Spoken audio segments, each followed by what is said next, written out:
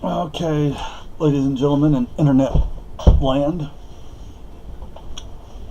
I'm going to show you the results of batch numero dos, that is batch number 2, for those of you who don't speak English,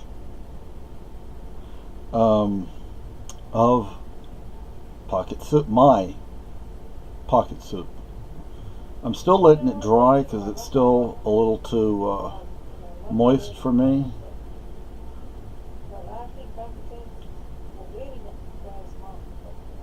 It was a bit thicker before I let it start to dry, but it still has some give to it. Yeah. Now let me show you.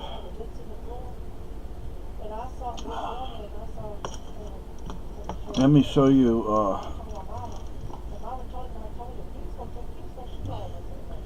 portable soup, pocket soup, traveler soup, traveling soup. This is from my first batch, which was quite some time ago.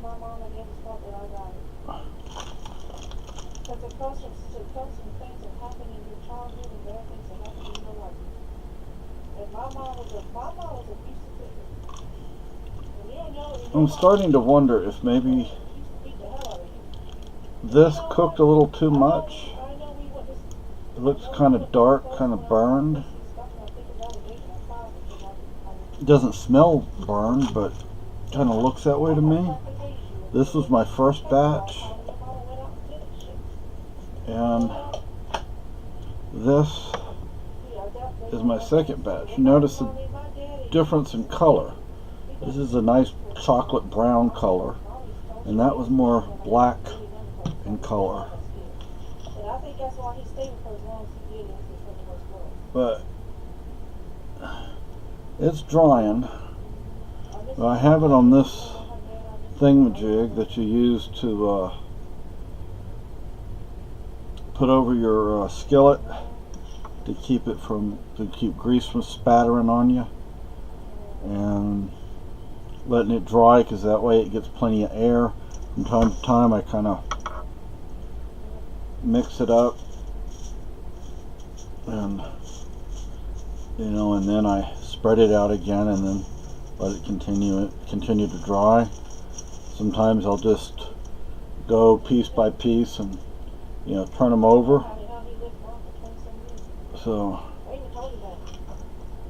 anyway, so that's the result of my second batch of portable soup. I want to thank, I think his name is John, over at Townsend's, formerly James Townsend and Son, because that's where I learned about this stuff, and that's where I got the recipe from. Now I do mine differently. Yeah, I do mine differently. Let me tell you my recipe, because I've talked about it before. I don't think I've shown this. What I do is I buy 2 really big, cheap cuts of steak, and I buy a package of bones. I put it in the crock pot. And I like to put some vegetables in there, some green vegetables if I can. And well, basically I cook it and cook it and cook it and cook it, and I keep adding water to it. I don't want it to just evaporate. I want, how do you say, I want it to, I want the essence. I want everything, all the flavors, and I want it to be super concentrated. So I cook it and cook it, and as it's the first cycle of cooking, I keep it covered.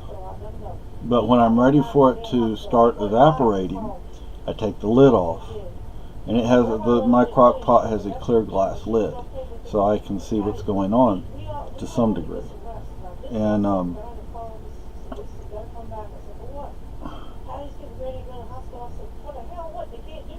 now I also buy from Townsend's. I don't just watch their videos. I actually buy their products. Now I don't, for those who are into the same hobby that I am, you don't really need a whole lot of stuff. So, I don't. Townsend is one of the 3 companies that I tend to buy from. So, I recommend them. I mean, I like their products, and Mr. Townsend, Mr. John Townsend, I love his videos. If you ever see this, I want you to know I love your videos, and I love your products, and I do recommend people. I do recommend you to people, or I recommend your company to people. And I've talked to some people who have been into historical reenacting a lot longer than I have. It's been like 2 years for me, and I haven't even gone out to an event yet. This spring I'm going to be going to Fort No. 4, and is it not Hinsdale? I can't remember the name of the town. There's a town to the east. There's not a whole lot to the west where I live in New Hampshire, but I forget the name of the town. But they have a big thing every year as well. I mean, the whole town, and the town's not a whole lot larger than the town I live in. Well, it is actually. It's a big town. I live in a small town. But anyway, that's where I learned about this. But like I said, I do my own thing. I do put seasonings in it. Not a lot, but I do put seasonings in it. Like I said, I cook it and cook it and cook it to there's just not much of anything left. And then I take this nice thick cheesecloth that's stained. This is clean. It has been through the washing machine. We don't have a dryer. We do have a washing machine, but we don't have a dryer. So everything air dries. You can't air dry things outside this time of year up here because it'll freeze. Well, you can still do it, but anyway. So I put it in the crock pot and cook it. Maybe 2 or 3 days, maybe 2 days. I could go 3 days before I take the lid off and let the liquid start evaporating. But like I said, I put green vegetables in there. I may put carrots or potatoes. I also put bones. What I do is I buy 2 big old cheap $5 steaks. I mean big cheap $5 steaks. Throw them in the freezer till I'm ready to use them, because it may be a while before I'm ready. And I buy a package of bones. Is that marrow that's inside the bone? That's good for you, and it adds flavor as well. So I put that in there. And I lived in Texas for 40 years, so I eat Mexican food. Everything I eat has to have something to do with Tex-Mex flavor. Everything. So a little. I didn't put any cayenne in here, but I put cumin, and chili powder and salt and pepper, but very little. You can't. I wish we had smell-o-vision. You can pretend you're smelling it, but you can't tell that it just smells like portable soup. And like I said, I let it evaporate, and then I take everything out, and I put it in a colander. I line a colander with this, and I